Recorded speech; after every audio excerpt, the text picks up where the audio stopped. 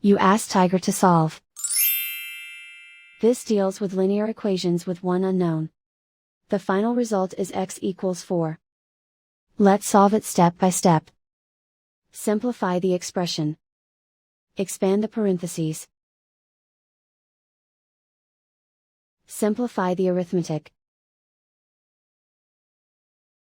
Expand the parentheses. Simplify the arithmetic. Group all x terms on the left side of the equation. Subtract 8x from both sides. Group like terms. Simplify the arithmetic.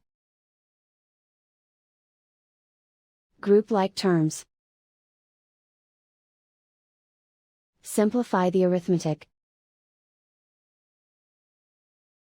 Group all constants on the right side of the equation. Subtract 24 from both sides. Simplify the arithmetic.